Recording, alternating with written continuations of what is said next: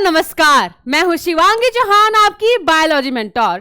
और बच्चों, देख सकते हैं आप कि हम आ गए अपने next chapter, that is our environment chapter. और किस जर्नी पे जाएंगे? अरे क्वेश्चंस की जर्नी पे जाएंगे। सीधी सी बात है कि इस चैप्टर को लोग बहुत हल्के में ले लेते हैं। ऐसा लगता है अरे यार क्या ही है, एनवायरनमेंट के बारे में पढ़ लेंगे, हो जाएगा, हो तो जाएगा, इजी भी रहता है।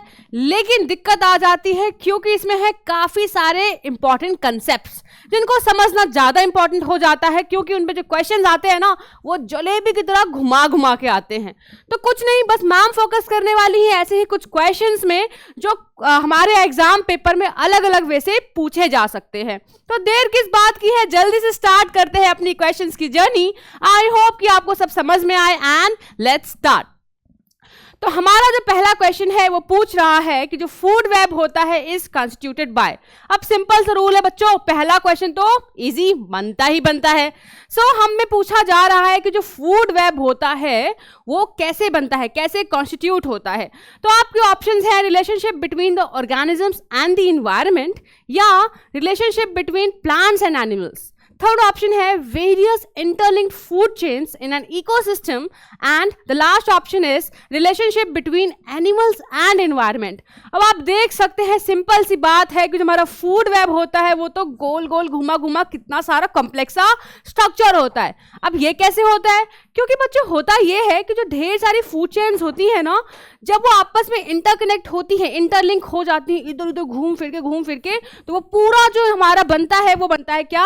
हमारा फूड वेब। यानी when various food chains linked together, साथ में इंटरलिंक होती है, आपस में क्रॉस करती हैं, इधर का इधर जा रहा है, इधर का जा रहा है, मतलब एक ऑर्गेनिज्म पे फीड करने वाले 2-3 ऑर्गेनिज्म होंगे ऐसा। तो उस पूरे स्ट्रक्चर जो बनता है, कॉन्स्टिट्यूट होता है, उसको बोलते हैं फूड वेब। ओके, डन है, ये डन है, ये डन है, डन है। बस हमारा पेन नहीं चल रहा है, तो चल गया है हमारा पेन, और हमारा करेक्ट ऑप्शन है ऑप्शन नंबर सी। यानी वही कि जब हमारी सारी फूड चेन्स आपस में इंटरलिंक हो जाती हैं तो वो बना देती हैं फूड वेब। अब आप देख लो, स्पाइडर का जो हमारा जाल होता है, मकड़े का जो जाल होता है, कैसा होता है? वेब की तरह होता है, ढेर सारे ऐसे से जारी होती हैं चीजें, दैट्स व्हाई वहां से नाम पड़ गया है फूड वेब। आगे बढ़ते हैं अपने नेक्स्ट क्वेश्चन में। The question says what is an ecosystem. ये बहुत बेसिक क्वेश्चन है लेकिन ये आता ही आता है। यानी कि इकोसिस्टम क्या होता है? अरे भाई, इकोसिस्टम क्या होता है? यही होता है कि जब बायोटिक एंड एबायोटिक कंपोनेंट आपस में इंटरेक्ट करते हैं उसी को बोल देते हैं इकोसिस्टम। सीधी सी बात है, अगर इसको अच्छे से लिखना हो 2 मार्क्स के लिए तो आप क्या करोगे? कुछ नहीं करेंगे मैम, बस अच्छे से हम लोग अपना आंसर फ्रेम कर देंगे। अब लिखना क्या है कि ecosystem is defined as structural and functional unit of the biosphere. यानी जो हमारा नेचर है, हमारा जो बायोस्फीयर है, जैसे कि जो हमारी लिविंग यूनिट है हमारी, दैट इज कॉल्ड बायोस्फीयर, उसका स्ट्रक्चरल एंड फंक्शनल यूनिट होता है। बच्चों ये लाइन इंपॉर्टेंट है, इसको आप ये 1 नंबर में भी आ सकती है, तो ये लाइन आपको बिल्कुल अच्छे से दिमाग में फिट होनी चाहिए कि हमारा जो इकोसिस्टम है it is defined as what? Structural and functional unit of the biosphere. Okay, फिर it comprises abiotic and abiotic component. सीधी सी बात है कि इसमें होते हैं बायोटिक कंपोनेंट और एबायोटिक कंपोनेंट। अब मैम ये क्या होता है? कुछ नहीं, जो हमारा एबायोटिक कंपोनेंट होता है वो होते हैं इनऑर्गेनिक मटेरियल्स, यानी कि जो नॉन लिविंग है। एबायोटिक यानी बायो इज लिविंग और आगे लगा ए, यानी हमारी लिविंग चीजें जो होती हैं एब्सेंट होती हैं। एबायोटिक जैसे कि हमारा क्या क्या हो गया? पानी हो गया, एयर हो गया, सॉइल हो गया। वेयर एज बायोटिक कंपोनेंट की अगर बात करूं तो producers, consumers and decomposers. Clear है? चलिए फिर आगे बढ़ते हैं। और हमारा क्वेश्चन पूछ रहा है कि जो लेक होती है सुंदर सुंदर सी प्यारी प्यारी, वो जो होती है उसको हम नेचुरल इकोसिस्टम क्यों कहते हैं भाई? Why it is called natural ecosystem? Please हाँ, एक एक क्वेश्चन पे ध्यान से सुनना कि इकोसिस्टम तो हम समझ गए कि यहाँ पे इंटरेक्शन हो रहा होगा लिविंग एंड नॉन लिविंग लोगों का, चलो ठीक है। But naturally, what is naturally? तो नेचुरली इसलिए बच्चों क्योंकि जो हमारी लेक होती है ना, इसमें लिविंग ऑर्गेनिजम्स ग्रो कर रहे होते हैं, रिप्रोड्यूस कर रहे होते हैं, आपस में इंटरेक्ट करते हैं, लेकिन बायोटिक कंपोनेंट्स के साथ। यानी यहाँ पे क्या चल रहा है? लिविंग जो हमारे कंपोनेंट्स हैं वो इंटरेक्ट कर रहे हैं नॉन लिविंग कंपोनेंट्स के साथ, और ये नेचुरली हो रहा है, यानी यहाँ पे कोई भी ह्यूमन इंटरफेरेंस की जरूरत नहीं है, यानी हमारा कोई हाथ नहीं है, हम यहाँ पे कोई रोल प्ले नहीं कर रहे हैं। जो लेक है it is self sustaining, it is self sufficient, कि वहाँ के जितने भी बायोटिक कंपोनेंट्स हैं और एबायोटिक कंपोनेंट्स हैं वो आपस में मिलते हैं। एबायोटिक में हमारा क्या आ गया, जो हमारा वाटर है, लेक में पानी होता है ना, पानी के नीचे मिट्टी भी होती है जो क्ले मिट्टी होती है, यानी एबायोटिक कंपोनेंट्स जितने भी हैं वो सारे आराम से इंटरेक्ट कर पा रहे हैं लिविंग, यानी हमारे फ्रॉग हो गया, फिश हो गया, पानी में रहने वाले हर जो एल्गी हो गया, ठीक है, तो वो आपस में इंटरेक्ट करके अच्छे से पूरा इकोसिस्टम खुद से बना पा रहे हैं। हमने ना तो वहाँ पानी डाला है, ना हमने मिट्टी डाला है, ना हमने वहाँ पे लिविंग कंपोनेंट्स डाले हैं। That's why it is called natural ecosystem. आगे बढ़ते हैं और क्वेश्चन पूछ रहा है व्हाट इज ओजोन डिप्लीशन।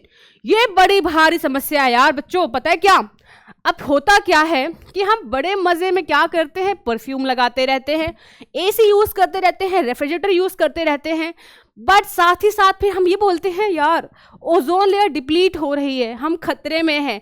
अरे खतरे में है तो फिर प्रिवेंशन भी करो ना, उस बारे में बाद में बात करते हैं। पहले जानते हैं व्हाट इज ओजोन डिप्लीशन, यानी ओजोन लेयर जो डिप्लीट हो रहा है, जो ओजोन होल बन रहा है हमारा, वो कैसे, मतलब क्या रीजन है, क्या बोलते हैं ओजोन डिप्लीशन को। तो लेट मी टेल यू, जो डिप्लीशन ऑफ ओजोन लेयर है is defined as the thinning of ozone in stratosphere. Please remember this word, जो यहाँ पे लेयर लिखी हुई है हमारी एटमॉस्फेयर की, दैट इज स्ट्रेटोस्फेयर, यहाँ पे ओजोन लेयर की थिनिंग होने लगती है, यानी जो यहाँ पे ओजोन लेयर प्रेजेंट है, जो फॉर्म हुई है यहाँ पे नेचुरली, वो यहाँ पे डिप्लीट हो रही है, ठीक है, डिप्लीट हो रही है, जिसकी वजह से ओजोन होल बन रहा है, जिसकी वजह से होल बन रहा है, ओजोन होल बन रहा है, ठीक है। अब ये आपका टास्क है कि आप बताएंगे ऐसा कहाँ हो रहा है, ठीक है, ठंड होती है वहाँ, ठीक है, तो आप यहाँ बताएंगे कि ओजोन लेयर होल जो है वो किधर प्रोमिनेंटली, हम उसका एग्जाम्पल लिखते हैं कि यहाँ पे ओजोन होल बन रहा है, ठीक है, या आप लोग कमेंट बॉक्स में मेंशन करेंगे। अब ये तो हमने बात कर ली, साथ ही साथ ये भी बता रहे हैं कि इसका रीजन क्या है, यानी कैसे हो रहा है ओजोन लेयर डिप्लीट। हो ऐसे रहा है कि कुछ सब्सटेंसेस होते हैं जैसे कि क्लोरोफ्लोरोकार्बन्स। क्लोरोफ्लोरोकार्बन, जितना इनका नाम सुंदर है ना उतने ही खतरनाक है। करते क्या है, चाहे वो CFCs हो, चाहे हाइड्रोक्लोरोफ्लोरोकार्बन्स हो, यानी कि HCFCs हो या हेलोन्स हो, ये क्या करते हैं, ये वाइडली रिलीज, कौन इनको रिलीज करता है, हमारे coolants of the air conditioner and refrigerator. यानी जो अपने घर में बैठ के मजे में AC का मजा ले रहे होते हैं ना, वो किसी और के लिए सजा बन रख के बैठा हुआ है। तो जो हमारे कूलेंट्स होते हैं, AC के एयर, हमारा जो AC है एयर कंडीशनर है, और जो हमारे रेफ्रिजरेटर है, जो आप कोको कोला और जो अपना फ्रिज का यूज करके जो आप सामान रख देते हो ना अंदर, वो जो फ्रिज, जो हमारा फ्रिज ठंडा कर रहा है ना उन चीज़ों को, तो उसमें से निकल रहा है क्या, जो उसके कूलेंट्स हैं उनकी वजह से CFCs एमिट हो रहा है, और वो CFCs किसका दुश्मन है, ओजोन का दुश्मन है। कैसे है वो भी पढ़ेंगे आगे, ठीक है। चलो अब बात करते हैं कि होता कैसे है। ये थोड़ा एक्स्ट्रा है, लेकिन ये एज अ न्यू क्वेश्चन आपके एग्जाम में आ सकता है। पूछ सकते हैं कि मैकेनिज्म बताओ कि ओजोन लेयर डिप्लीट कैसे हो रही है, कैसे टूट रही है, ऐसा क्या हो रहा है कि ओजोन लेयर डिप्लीट हो रही है, ठीक है। तो हो ऐसे रहा है कि व्हेन CFC इज रिलीज्ड, यानी जो आपके क्लोरोफ्लोरोकार्बन है जब वो रिलीज आउट होते हैं हमारे एटमॉस्फेयर में, किसकी वजह से भैया, वही AC और फ्रिज की वजह से जो रिलीज हो रहे हैं इन द एटमॉस्फेयर, वो क्या करते हैं, जो बाकी एटमॉस्फेरिक गैसेज हैं, जो हमारी बाकी एटमॉस्फेरिक गैसेज हैं लाइक CO2 हो गया, जो बाकी गैसेज हमारी होती हैं N2 वगैरह, वो सारी गैसेज का मिक्स करते हैं और आराम से पहुंच जाते हैं कहाँ, स्ट्रेटोस्फेयर तक। और स्ट्रेटोस्फेयर वही जगह है जहाँ पे हमारा ओजोन लेयर फॉर्म हुआ था, बेचारा मजे में था, चुपचाप बैठा हुआ था वहाँ पे। ये लोग इन्होंने क्या किया, पहुंच गए CFC वहाँ पे हमला बोलने इसके ऊपर। और हमला कैसे बोला, in the presence of UV rays, in the presence of ultraviolet rays, ठीक है, क्योंकि ओजोन क्या करता है, हमें बेसिकली अल्ट्रावायलेट रेज से बचाता है, उसके हार्मफुल इफेक्ट से बचाता है।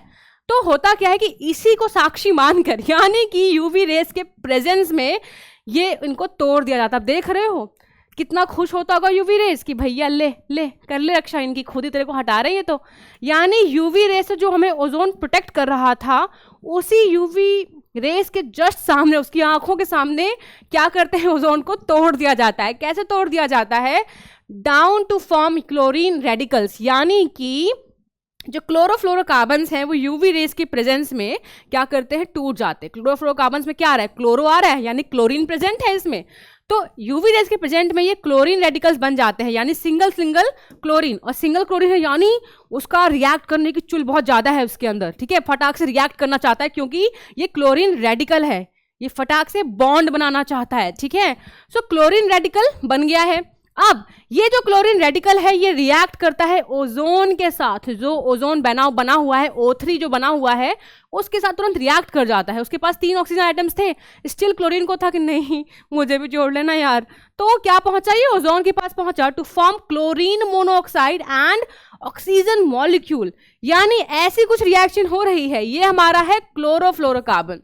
अब chlorofluorocarbon in the presence of UV light, in presence of UV light what it does it कि ये ब्रेक कर गया हमारे क्लोरीन रेडिकल में, प्लस जो एक्स्ट्रा इसका बचा वो बच गया CF2Cl, ठीक है, एक इसमें क्लोरीन आउट हो गया। फिर क्या हुआ, ये याद रखना कि जो ये क्लोरीन है ना वो रेडिकल के फॉर्म में है, यानी इसके पास एक इलेक्ट्रॉन है, ठीक है, एक इलेक्ट्रॉन इसके पास है जो रिएक्ट करने के लिए बिल्कुल बेताब बैठा हुआ है, ठीक। अब ये जो क्लोरीन है ये ओजोन के साथ रिएक्ट करेगा और बना लेगा क्लोरीन मोनोऑक्साइड प्लस O2, यानी O2 तो सेफ खेल गया, ये तो रिलीज हो गया, O2 तो हमको चाहिए होता है, इससे कोई नुकसान नहीं हुआ। लेकिन जो यहाँ पे ClO बना है इसकी वजह से क्या हुआ है, O3 टूट गया है, यानी O3 था, O3 टूट गया। पहले O3 घूम रहा था यहाँ पे मजे में, O3 बहुत सारे O3 थे, इसमें से इन्होंने O3 को पकड़ा, O2 को अलग किया और एक को अपने साथ जोड़ लिया, यानी यहाँ पे O3 अलग हो गया, ओजोन टूट गया, ठीक है। ओजोन क्या होता है, O3 होता है, ozone is what, ozone is basically O3, तो O3 तो ब्रेक डाउन हो गया क्योंकि क्लोरीन जी आके जुड़ गए इनसे, ठीक है। तो this reaction breaks down the ozone, तो इस रिएक्शन की वजह से बेसिकली ओजोन टूट गया। तो CFC compounds are agents which release chlorine radicals into the atmosphere and cause the damage to ozone layer. So यहां से प्रूफ हो गया कि कितना दुश्मन होता है हमारा क्लोरोफ्लोरोकार्बन्स। तो ये था मैकेनिज्म, ये आपके एग्जाम में मजे में 3 नंबर में आ सकता है, तो इसको अच्छे से आई होप कि आपको समझ आ गया हो।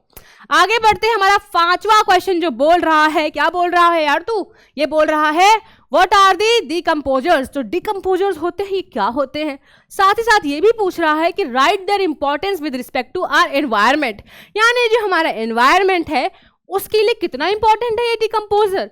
तो पहली बात बच्चों, आप देखते होंगे कि जो प्लांट्स हैं, जो एनिमल्स हैं, जब उनकी डेथ हो जाती है, ठीक है, वो डेड हो गए, उसके बाद उनका क्या होता होगा, उनकी बॉडी कहाँ चली जाती है, कहाँ गायब हो जाती है, कुछ टाइम पीरियड बाद कहाँ जाती है, कुछ नहीं होता, पर होता यह है कि जो डिकम्पोजर्स होते हैं वो उनकी बॉडी को क्या करते हैं, डिकम्पोज कर देते हैं, गला के सड़ा के सब खत्म करके सारे न्यूट्रिएंट्स ले लेते हैं उसमें। तो decomposers are the micro organisms, ऐसे माइक्रो ऑर्गेनिजम्स हैं जो क्या करते हैं, एग्जाम्पल के लिए बैक्टीरिया एंड फंगाई, ये कॉमन डिकम्पोजर्स हैं, बैक्टीरिया एंड फंगाई क्या करते हैं, they obtain nutrients by breaking down the remains of the dead plants and animals, यानी जो प्लांट्स और एनिमल्स जिनकी बॉडी डेड हो चुकी है उनकी बॉडी से क्या करते हैं, उनको तोड़ते हैं और न्यूट्रिएंट को निकाल लेते हैं। बड़े चालू चीज है, देख लो, ठीक है। उसके बाद they are very important to maintain the balance of the ecosystem, यानी इकोसिस्टम को बैलेंस करने के लिए बहुत इंपॉर्टेंट है। That's why I am saying ना कि it is very important with this, मतलब पूछा जा रहा है कि एनवायरमेंट के रिस्पेक्ट में why they are considered as important. तो इसलिए इंपॉर्टेंट कहा जा रहा है बच्चों क्योंकि बेसिकली ये बैलेंस मेंटेन कर रहे हैं हमारे इकोसिस्टम का। अब बैलेंस कैसे मेंटेन कर रहे हैं मैम, बैलेंस ऐसे मेंटेन कर रहे हैं क्योंकि ये सोचो आप कि चाहे वो प्लांट हो चाहे वो एनिमल हो, वो हमारे मतलब वो नेचर से अल्टीमेटली क्या करते हैं, न्यूट्रिएंट को लेते हैं। अब वो तो मर गया, इसका मतलब ये थोड़ी साथ में न्यूट्रिएंट को भी लेके चलेंगे, भाई तुझे भी ले चले, है ना, तारों के शहर में तो ऐसा तो होगा नहीं, न्यूट्रिएंट को तो यहीं छोड़कर जाएंगे, उनकी बॉडी में ही छोड़कर जाएंगे। तो डिकम्पोजर्स भाई साहब बहुत इंपॉर्टेंट काम करते हैं कि उनकी बॉडी को तोड़ मोड़ के न्यूट्रिएंट्स बाहर निकाल लेते हैं कि तू तो गया, न्यूट्रिएंट्स दे जा, ठीक है। अब न्यूट्रिएंट्स जो आ गए हैं तो अल्टीमेटली न्यूट्रिएंट्स वापस वहीं आ गए हैं जहां से लिया गया था। तो अगर डिकम्पोजर्स एग्जिस्ट नहीं करेंगे, अगर डिकम्पोजर्स नहीं होंगे तो सारे न्यूट्रिएंट तो जैसे बस एक जो इंसान ले गया वापस तो आएगा ही नहीं, वो चीज खत्म होते जाएंगे न्यूट्रिएंट्स। तो इसीलिए बैलेंस करने के लिए इकोसिस्टम में they are very important. They recycle the matter by breaking down the organic remains and waste products of the plants and animals, यानी वो रिसाइकल कर रहे हैं। रिसाइकल क्या होता है, ये वाली साइकिल कि तूने मुझसे लिया था, जब जाएगा तो वापस देके जाना, ऐसा। They act as main source to provide the plant with special nutrients, यानी कि अगर वो एक बार न्यूट्रिएंट्स को निकाल लेंगे फिर वापस किसी को देंगे, है ना, तो इसके बदले क्या हो रहा है कि जो नया प्लांट है उसको न्यूट्रिएंट मिल जाएगा, जाने का फायदा हो गया पहले वाले प्लांट का, तो इसके लिए फायदा हुआ, उसका तो नहीं हुआ, ठीक है। तो the examples of decomposers and are fungi and bacteria, और कौन कौन से होते हैं, हमारे अर्थवर्म एंड स्नेल्स। तो earthworm snails are also example of decomposers, ठीक है। चलो आगे बढ़ते हैं। Question says write the causes of depletion of ozone layer, how can we prevent it. ये वही अधूरा पन्ना है जो अभी हम छोड़कर आए थे, यानी हमने ये तो बात कर ली थी कि भैया जो ओजोन लेयर होता है वो बहुत इंपॉर्टेंट होता है, डिप्लीट हो रहा है। अब ये प्रॉपर पूछ रहा है कि अगर हो रहा है तो जरा उसके कॉजेज बता दो। ओजोन लेयर बहुत इंपॉर्टेंट टॉपिक है बच्चों, ये आता है आपके एग्जाम में, आता ही आता है किसी ना किसी फॉर्म में। तो right the causes of depletion of ozone layer, ozone layer की डिप्लीशन के कुछ कॉजेज बता दो जल्दी जल्दी, ठीक है। और ये भी बता दो कि अगर इतना ही नुकसान है तो भैया बचें कैसे, प्रिवेंट कैसे करना है। तो करना ये है कि अगर मैं कॉजेज की बात करूं कि कैसे कॉज होता है, तो I have already told you कि जो ओजोन डिप्लीशन है वो बेसिकली स्ट्रेटोस्फेयर लेयर में हो रहा है, जो कि कॉज हो रहा है मेजर पॉल्यूटेंट्स के थ्रू, जिसको बोलते हैं ओजोन डिप्लीटिंग सब्सटेंसेस, जैसे कि हमारा हो गया chlorofluorocarbons, nitrogen oxides and hydrocarbons, ठीक है। हाइड्रोकार्बन्स यानी जो मैं आपको बताया था अभी वही सारे, नाइट्रोजन ऑक्साइड नया आ गया है, ठीक है। तो ये सारे मिलकर क्या करते हैं, ओजोन लेयर पे हमला बोल देते हैं और वो बेचारा डिप्लीट हो जाता है क्योंकि अकेला बैठा होता है वहां पे, है ना। सो अब बात करूं अगर उसके प्रिवेंशन की, अगर मैं अब बात करूं उसके प्रिवेंशन की, तो प्रिवेंशन में आ जाएगा by air conditioning and refrigeration, यानी कि जो हम इतना ज़्यादा एसी के फ़ैन हो रखे हैं, जो इतना ज़्यादा, अच्छा वाह वेरी गुड, जो हम इतना ज़्यादा एसी का फ़ैन हो रखे हैं एंड जो हमारा रेफ्रिजरेटर है ना, उस सबके जो फ़ैन हो रखे हैं, हम क्या कर सकते हैं कि अगर इतना ही मतलब इतना ही ज़रूरत है आपको, ऑफकोर्स ज़रूरत तो है यार, है ना, क्या फालतू झूठ क्यों बोलना।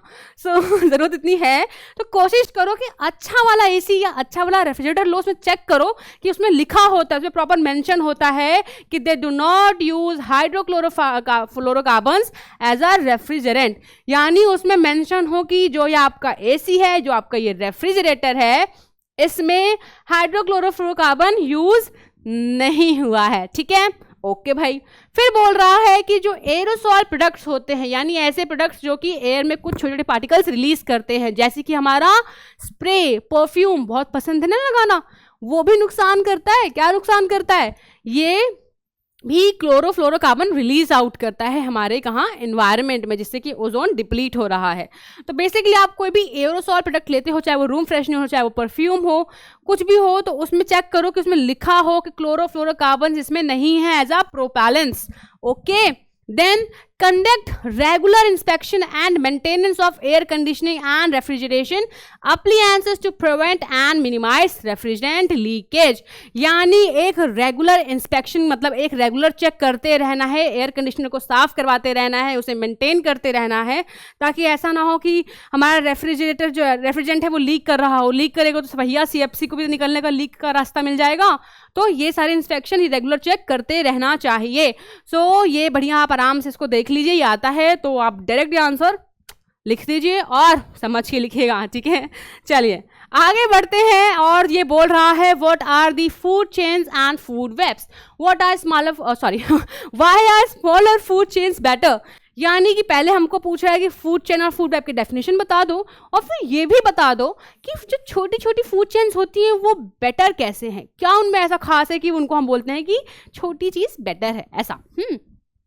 तो फूड चेन की अगर मैं डेफिनेशन बताऊं तो यहाँ पे जो फ्लो ऑफ फूड होता है वो सन से लेके ऑटोट्रॉफ तक, यानी सन से जो एनर्जी आ रही है वो यूज करते हैं हमारे प्लांट जो कि है ऑटोट्रॉफ्स, ऑटोट्रॉफ से जाता है, हाँ ऑटोट्रॉफ से जाता है वो हर्बीवोर्स तक, हर्बीवोर्स वो जो उन ग्रीन प्लांट्स को खाते हैं।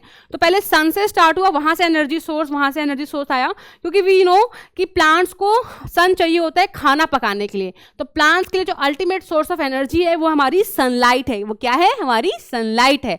और सनलाइट अगर वो है तो उसके बाद जो प्लांट्स को एनर्जी मिल गई है वो उस एनर्जी को कैसे देगा, हर्बीवोर्स को। भैया जो फीड करते हैं हमारे प्लांट्स के ऊपर, मतलब हर्बीवोर्स क्या होते हैं, जो प्लांट्स को खाते हैं, तो अगर प्लांट्स को खाएंगे तो इनको भी एनर्जी मिल जाएगी। अब कार्निवोर्स को कैसे एनर्जी मिलेगी? जब वो हार्बिवोर्स को खा जाएंगे। तो इस तरह धीरे धीरे करके क्या हो रही है, एनर्जी ट्रांसफर हो रही है, और इस प्रोसेस को बोलते हैं फूड चेन। यानी सिंपल सा नेटवर्क है, ऐसे चल रहा है। सन टू प्लांट्स मतलब ऑटोट्रॉफ्स टू हार्बिवोर्स, उसके बाद कार्निवोर्स। सिंपल सा रास्ता है, कोई दिक्कत नहीं आ रही यहाँ। लेकिन जैसे ही बात आ जाती है हमारे फूड वेब पे, वही मकड़ी का जाला वाला काम हो गया। यहाँ क्या होता है कि जो ऑर्गेनिज्म होता है it is eaten by 2 or more other kinds of organisms. यानी यहाँ पे सिंपल चेन नहीं चल रही है कि एक का एक ही है यहाँ पे चल रहा है एक का 2 भी हो सकता है। यानी मैं बात कर रही हूँ हमारे कि उनको कौन खा रहा है। यानी when an organism is eaten by 2 or more other kinds of organisms, ठीक है, जब किसी एक ऑर्गेनिज्म को खाने वाले 2 लोग हैं या 2 से ज्यादा लोग हैं, तो यहाँ आ गई है दिक्कत तो आनी ही थी, है ना। तो दिक्कत आ गई है, instead of straight chain and interlink chain is formed is termed as food web. यानी यहाँ पे फूड चेन्स आपस में इंटरलिंक कर रही हैं, जो किसी और का खाना था वो किसी और का भी खाना है। दैट्स व्हाई मिक्सिंग मैच हो रही है। यानी जो इंटरलिंकिंग ऑफ क्या है, फूड चेन्स है, इसको बोलते हैं फूड वेब।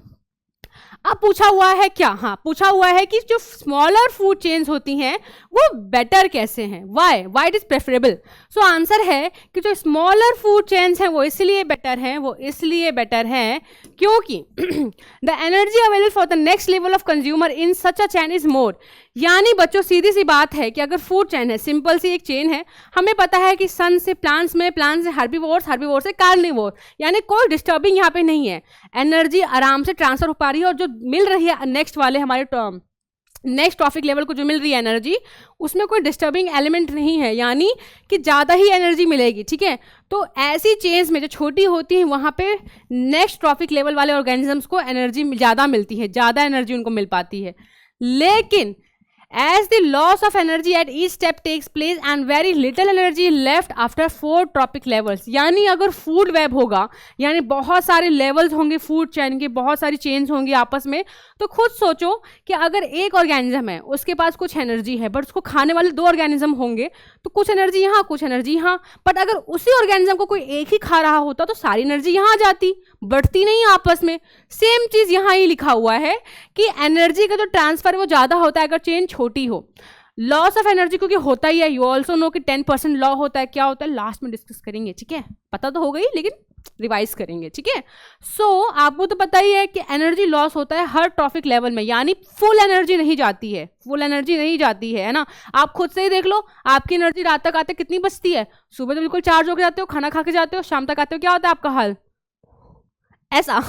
सो इसीलिए हर स्टेप में एनर्जी लॉस होता ही होता है। बहुत कम एनर्जी बचती है अपने, अगर 4 ट्रॉपिक लेवल से ज्यादा लेवल्स हैं तो बहुत कम एनर्जी बचती है। अब पूछ रहा है, अब देखो ये चीज मैंने अगर डब्बे में लिखी है तो आप भी डब्बे में लिखना। अब डब्बा मैंने टेढ़ा इसलिए बनाया क्योंकि आप भी डब्बा टेढ़ा ही बनाते हो।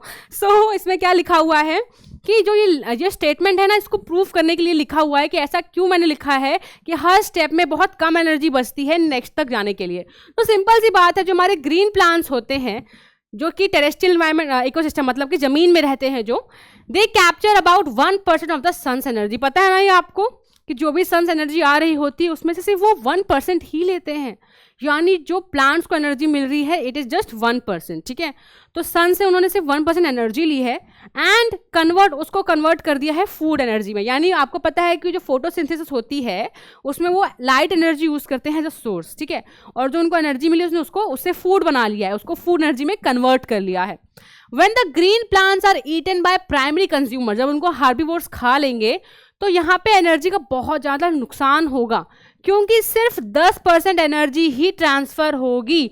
यानी प्लांट्स के पास जो पूरी टोटल एनर्जी थी, अब एक बात याद रखना, भले ही प्लांट ने 1% एनर्जी ली है हमारे सन से सिर्फ 1% एनर्जी आई है, बट अब उस एनर्जी को यूज करके जो प्लांट ने खाना बना लिया है, अब उससे जो एनर्जी ट्रांसफर होगी वो एज अ 100 ट्रीट होगा।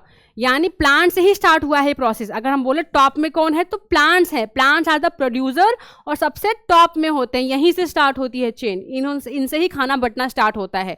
तो यहाँ से स्टार्ट हो रहा है तो यानी इसका 100% काउंट होता है, क्योंकि भले इसने 1% ली थी, वो तो इसकी मर्जी थी ना कि सनलाइट कितना लेनी है, इसने 1% ली, बट जो उस 1% से उसने खाना बना लिया, नाउ इट्स 100% एंड यहाँ से ट्रांसफर लॉस स्टार्ट हो जाएगा। यानी अब ये जो एनर्जी ट्रांसफर होगी वो कैसे होगी, सिर्फ 10% ही आगे जाएगी, 90% लॉस्ट हो जाएगी। 10% लॉ ये होता है एक्चुअली। हाँ, so when green plants are eaten by primary consumers a great deal of energy is lost for the life processes and only 10% of the energy is available for the next level of consumers. ठीक है, आगे बढ़ते हैं अगर ठीक है तो। अब एक क्वेश्चन पूछ रहा है energy flow in a food chain is is unidirectional explain.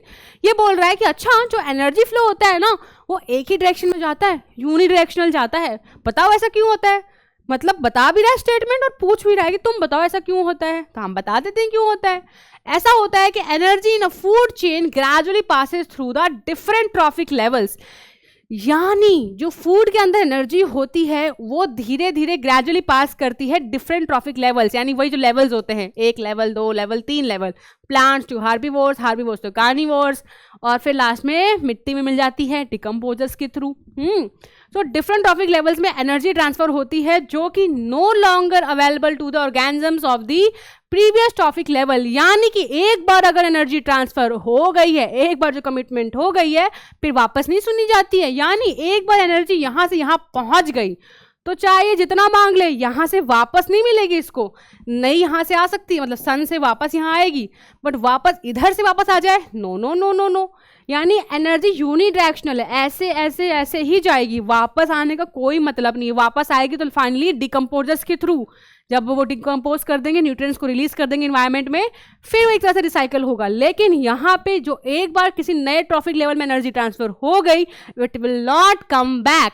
That's why it is known as कि जो हमारी फूड चेन होती है वो होती है यूनिडायरेक्शनल। क्या? Unidirectional. The energy captured by the autotrophs does not revert back to the solar input. यानी जो एक बार प्लांट्स को एनर्जी मिल गई है सन जी से, वो वापस सन तक नहीं आएगी, डोंट रिवर्ट बैक, वापस नहीं जाएगी। Thus, the energy flow in food chains are said to be unidirectional. Hence, proved my law. हाँ, चलो आगे बढ़ते हैं। The question says, give any 3 methods to reduce the problem of waste disposal. यानी बच्चों ये बहुत बड़ी समस्या है यार। देखो अब जो वेस्ट डिस्पोजल है, यानी कहने को तो बड़ा आसान है कि यार कचरा ही तो फेंकना है, बट कहाँ फेंकना है, कैसे फेंकना है, और ऐसे मत फेंको कि हमारे इन्वायरमेंट को डैमेज हो जाए। यानी इसका भी एक प्रॉपर मेथड ऑफ डिस्पोजल है। क्या डिस्पोजल है, बस यही पूछा जा रहा है, यही पूछा जा रहा है। ठीक है, सो पूछा ये जा रहा है कि give any 3 methods, give any 3 methods to reduce the problem of waste disposal. मतलब ऐसे कुछ 3 मेथड्स बताओ जिससे ये प्रॉब्लम सॉल्व हो जाए, जहां पे अच्छे से उसका डिस्पोजल हो और हमारे नेचर को कोई हार्म ना पहुंचे। So, waste disposal is one of the biggest problems nowadays which is becoming a great threat for ourselves.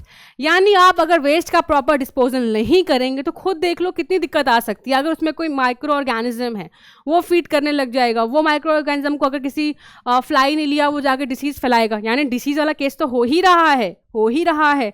यानी जो अगर वेस्ट डिस्पोजल की प्रॉब्लम है, it is a very big problem. So इसको सॉल्व करने के लिए कुछ सॉल्यूशंस हैं जो हम फॉलो करके इसको मैनेज कर सकते हैं। क्या कर सकते हैं? जो बायोडिग्रेडेबल हमारा वेस्ट है और जो नॉन बायोडिग्रेडेबल वेस्ट है उसको सेपरेटली डस्टबिन में डाला जाए। अब आप जो रंग बिरंगे डस्टबिन देखते हैं, हमारा कोई ग्रीन एंड रेड या ग्रीन और ब्लू कलर का, तो ये मत सोचो कि अरे इनके पास पेंट की कमी हो गई थी ग्रीन कलर की तो एक को ब्लू रख दिया, एक को ग्रीन रख दिया।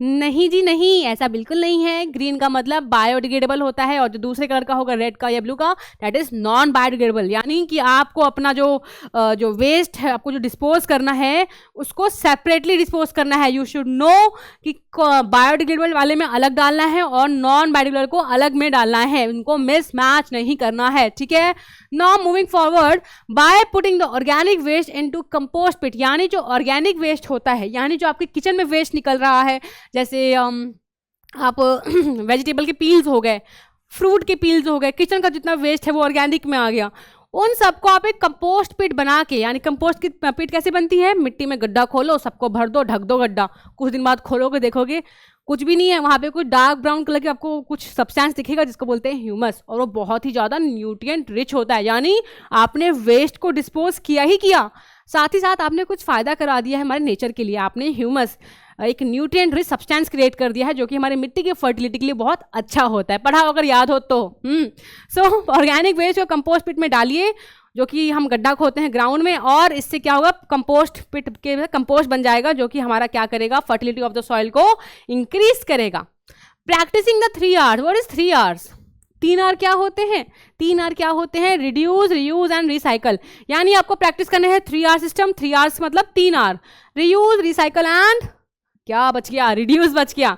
तो कम यूज करो प्लास्टिक्स का, या कम ऐसी चीज़ों को यूज करो जो कि इको फ्रेंडली नहीं है, जो कि इको फ्रेंडली नहीं है। दूसरा रीयूज, यानी कि एक बार जो सामान आ गया है इसको ही तुरंत फेंक दो, उसको रीयूज करने की कोशिश करो। रिसाइकल, वापस को उसका यूज किसी और चीज में लगा दो तो रिसाइकल हो जाएगा। ठीक है, आगे बढ़ते हैं और पढ़ते हैं अपना नेक्स्ट क्वेश्चन। नेक्स्ट क्वेश्चन कह रहा है कि डिफरेंशिएट कर दो जल्दी जल्दी बिटवीन किसका, नेचुरल एंड आर्टिफिशियल इकोसिस्टम। यानी जो हमारे नेचुरल और आर्टिफिशियल इकोसिस्टम होता है उसमें हमें क्या करना है, डिफरेंशिएशन करना है। कर देते हैं ना, ये 2 मार्क्स के लिए आएगा तो 2 मार्क्स में लिख देना, इससे ज्यादा क्या ही पूछेंगे इसमें, इतना ही पता होता है इसमें। तो एक, ओहो यहाँ तो लिखना ही भूल गए, एक सेकेंड मेरे प्यारे बच्चों, natural ecosystem and artificial ecosystem. ठीक है, आर्टिफिशियल इकोसिस्टम, इनके बीच में हमें क्लासिफिकेशन करना है। तो पहली चीज़ ये है, क्योंकि वो नेचुरल इकोसिस्टम है, सब कुछ नेचुरली होने वाला है, तो यहाँ पे diverse number of species and plants होंगे, क्योंकि सीधी सी बात है नेचर ने उनको सिलेक्ट किया है, नेचर ही उनको क्या कर रहा है, प्रोवोक कर रहा है, नेचर उनको सारी जो उनकी मांगे हैं, जो उनकी डिमांड्स है, सब की सब पूरी कर रहा है। दैट्स वाई जो उनकी पॉपुलेशन होगी वो ज़्यादा ही होगी और उनकी वैरायटीज़ भी ज़्यादा होंगी, स्पीसीज एंड प्लांट्स प्लस उनकी जो वैरायटी जो होती है ना, क्योंकि नेचुरल सिलेक्शन हो रहा है, नेचर डिसाइड कर रहा है, तो जो नेचर डिसाइड करता है वो तो बेस्ट होता ही है। तो क्योंकि यहाँ पे नेचुरल इकोसिस्टम है तो यहाँ पे डाइवर्सिटी भी ज़्यादा होगी, प्लस यहाँ पे जो नंबर ऑफ स्पीसीज है वो भी ज़्यादा होगी, क्योंकि फेवरेबल कंडीशंस नेचर ही दे रहा है उनको। लेकिन अगर हमारा हाथ लग गया, जहाँ पे ह्यूमन इंटरफेरेंस आ गया, यानी कि आर्टिफिशियल इकोसिस्टम, हमने कुछ करा है, तो यहाँ पे हमने कर तो दिया है, 30 मार खान बन के एक्सपेरिमेंट कर तो दिया है, लेकिन इसका मतलब ये नहीं कि भैया हम बहुत सारी पॉपुलेशन क्रिएट कर देंगे। करते तो रहते हैं, हम करते रहते हैं ना चीज़ें, बट ऐसा नहीं होता कि हमने एक बहुत बड़ी पॉपुलेशन बना दी, हम बस एक नया बना के छोड़ देते हैं और लिखवा देते हैं कि हमने ये क्रिएट किया है। बट भैया उसकी पॉपुलेशन का क्या उसको नेचर एक्सेप्ट कर रही है, क्या उसकी पॉपुलेशन को इंक्रीज करवा पा रही है? होता होगा कहीं ना कहीं, लेकिन नेचर के कंपेयर में हमेशा कम ही होता है। तो here species diversity is low, plus number is also low. ठीक है, चलो, self sustaining and result from spontaneous natural reaction, जो कि मैंने अभी जस्ट बताया कि ये सेल्फ सस्टेनिंग है, क्योंकि नेचर है सारे फेवरेबल कंडीशंस खुद देगी, खुद को सस्टेन कर सकती है, खुद को ही सेल्फ सफिशिएंट है, और स्पॉन्टेनियस रिएक्शन से हुई है। स्पॉन्टेनियस इसका नेचुरल रिएक्शन हुआ है, लेकिन आर्टिफिशियल इकोसिस्टम में सब कुछ ह्यूमन इंटरफेरेंस से हुआ है, सब कुछ आर्टिफिशियली हुआ है, यहाँ पे असिस्टेंस ऑफ ह्यूमन रिक्वायर्ड थी। तो ये 2 मेजर डिफरेंसेस लिख देना और यहाँ पे एग्जाम्पल्स मेंशन कर देना नेचुरल इकोसिस्टम के एंड हमारे आर्टिफिशियल इकोसिस्टम, जैसे कि पॉन्ड हो गया, नेचुरल इकोसिस्टम जो पढ़ के आए, लेक हो गया, फॉरेस्ट हो गया, तो ऐसे कुछ एग्जाम्पल्स ही मेंशन कर देना, आपको मिल जाएंगे फुल टनाटन 2 नंबर। चलो आगे बढ़ते हैं और क्या करते हैं, कुछ नहीं भाई, पढ़ते हैं और क्या करते हैं। सो नेक्स्ट क्वेश्चन से is right the full form of UNEP। जो हमारा UNEP है इसका फुल फॉर्म बताना है, इसमें क्या टाइम वेस्ट करना, फटाक से बता दो कि united nations environment programme is the full form of UNEP। याद कर लेना, जितने भी शॉर्ट फॉर्म्स होते हैं आपके NCERT में मेंशन होते हैं, उनको दिमाग में घुसेड़ लो, कहीं जगह रख लो कि ये शॉर्ट फॉर्म्स का है, आएंगे, याद रखना है। सो ये चीज़ आती है हमेशा एग्जाम्स में, तो please do remember the full forms of every single जो आपके शॉर्ट फॉर्म्स मेंशन हो रखे हैं NCERT में। ठीक है, NCERT ही बोलूँगी मैं। चलिए, right the names of any 2 decomposers, जो हम पढ़ के आए हैं जस्ट कि हमें 2 नाम बताने हैं किसी डिकम्पोजर्स के। तो हमने पढ़ा कि जो फंगाई एंड बैक्टीरिया है they are the most common decomposers. इसके अलावा आप लिख सकते हैं क्या, हमारा अर्थवर्म और स्नेल ऑल्सो। तो here I can mention that the answer is bacteria, fungi. ठीक है, बैक्टीरिया एंड फंगाई। और ज़्यादा मन करे तो लिख देना, नंबर तो 2 ही मिलने वाले हैं, एक ही मिलने वाला है। ज़्यादा मनो तो लिख सकते हो आगे कि हमारा जो स्नेल है अर्थवॉर्म है, there are also examples of decomposers. आगे बढ़ते हैं और क्वेश्चन पूछ रहा है why is the maximum concentration of pesticides found in human beings. यानी कि ह्यूमन बींग्स जो होते हैं जो अल्टीमेटली बिल्कुल सबसे हमारे जो चेन एंड होती है वहाँ पे ह्यूमंस आते हैं, ठीक है, you know, starting from plants ending to humans. So humans जो होते हैं यहाँ पे मैक्सिमम कंसंट्रेशन ऑफ पेस्टिसाइड्स पाया जाता है। व्हाई? ऐसा कैसे हो सकता है? लेट्स सी कैसे हो सकता है। अब बच्चों, पेस्टिसाइड जो है वो नॉन बायोडिग्रेडेबल है, वो नेचुरली डिग्रेड नहीं होता। सालों लग जाते हैं, 1000 साल, जितना मुझे आप काउंट कर लो इतने साल लग जाते हैं प्लास्टिक को डिग्रेड करने के लिए। यानी जो पेस्टिसाइड है इसको डिग्रेड करने के लिए बहुत समय लगता है, तो इसको क्या बोलते हैं कि they are non biodegradable, that is they are not biodegradable. Instead ये क्या करते हैं, ये धीरे धीरे इकट्ठा होते चले जाते हैं हर एक लेवल पे। यानी कि पेस्टिसाइड्स हमने कहाँ डाला था, इसकी ऑरिजिन कहाँ से हुई? अरे जो आपको हेल्दी खाना, मतलब हेल्दी फ्रूट्स वेजिटेबल्स चाहिए होते हैं, तो फार्मर्स के ऊपर जो प्रेशर बिल्ड होता है वो क्या करते हैं, पेस्टिसाइड फर्टिलाइजर यूज़ करते हैं। और क्योंकि वो नॉन बायोडिग्रेडेबल है तो यानी कि वो हमारे बॉडी से बाहर भी नहीं निकल पाते, वो इकट्ठा होते जाते हैं। तो यानी प्लांट को जिन्होंने खाया हार्बीवोर्स ने, वो वहाँ तक पहुँच गया, हार्बीवोर्स के बॉडी में आ गए पेस्टिसाइड्स के कुछ कंपोनेंट्स। हार्बीवोर को खाया कार्निवोर में पहुँच गया। कार्निवोर को अगर ह्यूमंस खा लिया, मतलब ह्यूमंस में क्यों, क्योंकि ह्यूमंस तो सब कुछ खा लेते हैं, वो प्लांट्स भी खा रहे हैं, दोनों तरफ से उनको मिल रहा है पेस्टिसाइड, प्लांट्स भी खा रहे हैं, एनिमल्स भी खा रहे हैं, तो दोनों साइड से उनको मिल रहा है। सो इसीलिए दिक्कत ये आ जाती है कि पेस्टिसाइड जो है वो बायोडिग्रेडेबल नहीं है। दैट्स वाई ये क्या करते हैं, ग्रेजुअली धीरे धीरे बिल्ड होने लगते हैं, इकट्ठा, बिल्ड मतलब एक्यूमुलेट होने लगते हैं, एक्यूमुलेट। सो धीरे धीरे ये इकट्ठा होते रहते हैं at each trophic level. Since humans जो है वो top of the food chain में, देख लो टॉप होने का नुकसान, top benchers. Since humans are the top of the food chain, यानी फूड चेन के बिल्कुल टॉप में होते हैं, that's why the concentration is its highest in our body, that's why हमारी बॉडी में इनकी कंसंट्रेशन बहुत हाई होती है। चलिए नेक्स्ट क्वेश्चन सेज, ये हमारा सेकंड लास्ट क्वेश्चन है। ये क्या बोल रहा है कि in the following food chain plants provide, अच्छा इसमें मजा आने वाला है। देखो ये बोल रहा है कि जो प्लांट्स हैं ये प्रोवाइड कर रहे हैं, लिसन टू मी, प्रोवाइड कर रहे हैं, they are providing 500 joules of energy to rats, यानी रैट्स के पास इन्होंने एनर्जी ट्रांसफर करी है, कितनी, 500 जूल्स। अब ये बोल रहा है how much energy will be available to hogs from snakes, यानी इनके पास कितनी एनर्जी लास्ट में आएगी। इसके पास तो बोल दी कि भैया इनके पास 500 जूल पहुंची है, इनके पास कितनी आएगी, ये सवाल है। तो अब आपको याद दिला दूं अपना 10% लॉ ऑफ इकोसिस्टम, यानी 10% जो लॉ फॉलो होता है वो क्या कहता है, यही तो कहता है कि जो भी एनर्जी है वो सिर्फ 10% ही जाती है नेक्स्ट वाले ट्रॉफिक लेवल पे, उसके अलावा सारी एनर्जी 90% एनर्जी लॉस्ट हो जाती है, गायब हो जाती है। सो in an ecosystem only 10% of the energy gets passed from one trophic level to next, meaning that 90% of the energy is lost to the environment, जो मैंने अभी बोला, ठीक है। अब सवाल है कि अगर प्लांट्स ने, गलती मत कर देना, पता चला आपने गलती से लिख दिया कि 500 जूल प्लांट्स को बोल रहे, तो आपने यहाँ लिख दिया 500 जूल, इसके हिसाब से कैलकुलेशन करोगे तो मिलेगा नीलबट्टा सन्नाटा, 0 मिलेगा, 0।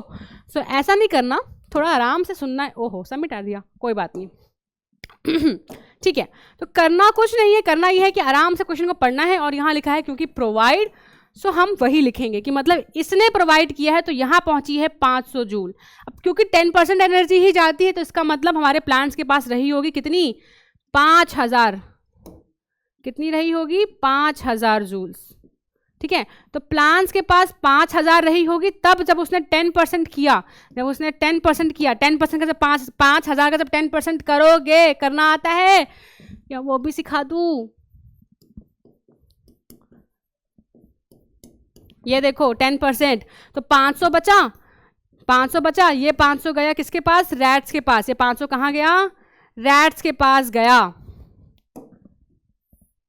ठीक है। अब जब 500 का 10% करेंगे तो यहाँ बचेगा कितना, 50 जूल्स बचेगा, और 50 का 10% करेंगे तो यहाँ बचेगा 5। समझ में आया? 5% हमने 10% ही किया है। 10% ऐसे करते हैं कि जिसका भी करना उसको इंटू 10/100 से डिवाइड कर दो।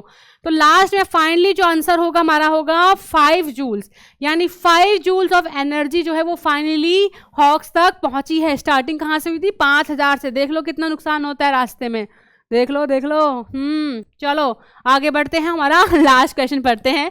The question says why do producers always occupy the first trophic level in every food chains. ऐसा क्यों है कि प्लांट्स को बिल्कुल टॉप में रख दिया गया है, सबसे उनको ऊंची दर्जा क्यों दिया गया है? सीधी सी बात है, इसलिए दिया गया है क्योंकि भैया वही तो है करता धरता, उन्होंने तो सारा खाना बनाया है, खाना नहीं बनाएंगे तो हम तक कैसे पहुंचेगा? तो वही इसी को इंग्लिश में लिख लेते हैं हम। So why do producers always occupy at the first trophic level in every food chain. हर फूड चेन में प्रोड्यूसर्स को टॉप पोजीशन इसलिए दी जाती है because they are producers. Answer question में ही आंसर है, क्योंकि वो प्रोड्यूसर्स हैं, वो प्रोड्यूस कर रहे हैं खाने को, उनको टॉप में नहीं रखेंगे तो क्या हमको रखेंगे? सो प्रोड्यूसर्स का क्या है कि producers are also known as autotrophs, क्योंकि ये ग्रीन प्लांट्स और खुद का खाना खुद बनाते हैं। They prepare their on food using sunlight, H2O and CO2। तो CO2, H2O और सनलाइट की प्रेजेंस में क्या करते हैं, ये खुद का खाना बनाते हैं, और जैसे ही खाना बना लेते हैं तो डायरेक्टली और indirectly they provide food for all the non producers and consumers. यानी चाहे डायरेक्टली हार्बीवोर्स को दे रहे हैं, चाहे इनडायरेक्टली हम तक पहुंचा रहे हैं, लेकिन सोर्स हमारे प्लांट्स ही हैं। That's when a food chain, हमारे जो प्रोड्यूसर्स हैं, दे occupy the highest position, top position of the पूरी हायरार्की। ठीक है। सो यहाँ के साथ हमारा ये इंटरेक्टिव सा क्वेश्चन सेशन खत्म होता है, लेकिन जल्द ही मिलते हैं अपने नेक्स्ट चैप्टर के क्वेश्चंस के साथ। आई होप आपको सब कुछ समझ में आया हो, अगर आ गया है तो थम्स अप। चलो मिलते हैं अपने नेक्स्ट सेशन में। Bye bye bye bye.